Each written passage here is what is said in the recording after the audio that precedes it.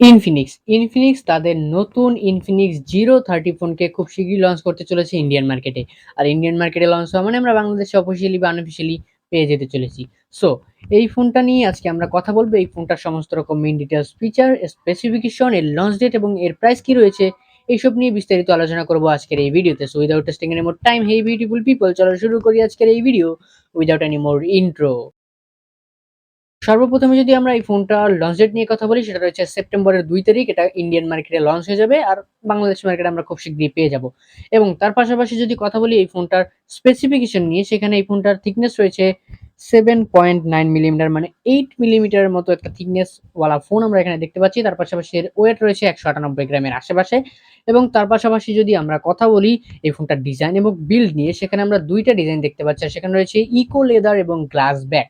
So এই leather যে ফিনিশের যে ব্যাক প্যানেলটা কিন্তু খুব ট্রেন্ডিং একটা টপিক রয়েছে বা ট্রেন্ডিং একটা ডিজাইন রয়েছে। সো এটা কিন্তু এখনকার সমস্ত বেশিরভাগ ফোনেই দেওয়া হয় এবং একটা ফ্ল্যাগশিপ লেভেলের ফিল্ডে, যদিও এটি একটি মিড রেঞ্জ বাজেটের ফোন। এবং তার পাশাপাশি যদি আমরা কথা বলি এর গ্লাস ব্যাক নিয়ে, সেটা ডিজাইনও জোস রয়েছে এবং তার পাশাপাশি এর গ্লাসটি রয়েছে কর্নিং গরিলা গ্লাস 5 দ্বারা প্রোটেক্টিভ। এরপরে যদি আমরা কথা বলি এই ফোনটার ডিসপ্লে সেকশন নিয়ে, সেখানে আমরা পাচ্ছি 6.78 ইঞ্চির একটি কার্ভ অ্যামোলেড ডিসপ্লে। সো এখানে একটা কার্ভ ডিসপ্লে আমরা পাচ্ছি। সো একদমই পুরো ফ্ল্যাগশিপ লেভেলের একটা ফিল দিবে। এবং তার পাশাপাশি আমরা এখানে পাচ্ছি 10 বিট কালারের সাপোর্ট। এবং তার পাশাপাশি রয়েছে, এই প্রথম ইনফিনিক্স নিয়ে আসছে তাদের এই ফোনের ডিসপ্লেতে 144 হার্জের রিফ্রেশ রেট যুক্ত ডিসপ্লে, মানে 144 হার্জের রিফ্রেশ রেট আপনারা এখানে দেখতে পারবেন। এবং তার পাশাপাশি এতে রয়েছে HDR10 এর সাপোর্ট এবং এর ব্রাইটনেস রয়েছে 950 নিট পিক। সো এখানে কিন্তু আমরা জোস একটা ব্রাইটনেস দেখতে পারবো ইনডোর বা আউটডোর। এবং তার পাশাপাশি এটি একটি ফুল এইচডি প্লাস ডিসপ্লে এবং তার পাশাপাশি এর পিপিআই ডেনসিটি রয়েছে 388 এবং এই ডিসপ্লেটিও রয়েছে কর্নিং গরিলা গ্লাস 5 দ্বারা প্রোটেক্টিভ।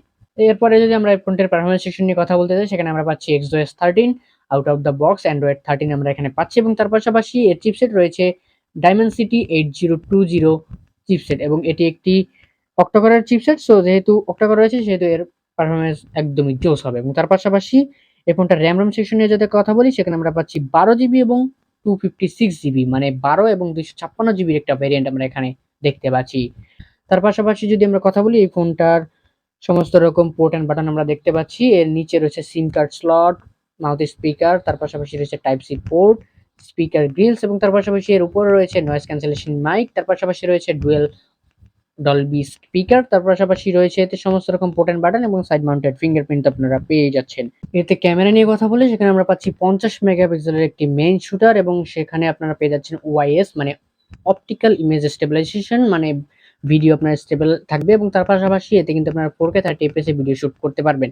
এবং তার পাশাপাশি যদি কথা বলি, এর পাশাপাশি আরো দুটি ক্যামেরা মানে সেন্সর রয়েছে। সেখানে রয়েছে 13 মেগাপিক্সেলের আলট্রা ওয়াইড এবং 2 মেগাপিক্সেলের ডেপথ সেন্সর। এবং তার পাশাপাশি এর সেলফিতে রয়েছে 50 মেগাপিক্সেলের 4K 30 fps এ ভিডিও শুট করার মতো একটি ক্যামেরা এবং এটাকে ব্লগিং ক্যামেরাও বলা হচ্ছে। সো যারা ব্লগার রয়েছে তাদের জন্য অবশ্যই স্পেশাল কিছু রয়েছে, যেহেতু 4K রেকর্ডিং এখানে আপনারা করতে পারবেন।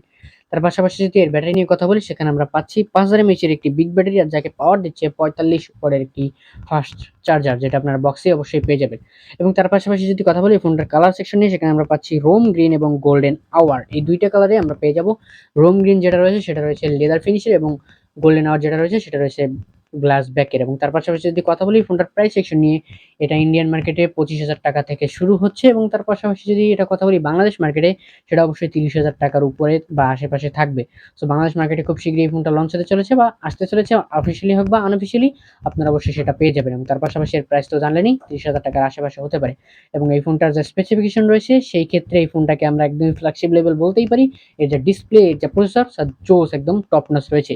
সো তার পাশাপাশি এর ক্যামেরাও কিন্তু মাথা নষ্ট। সো এই ফোনটাকে আমরা ফ্ল্যাগশিপ প্লেয়ার বলতেই পারি।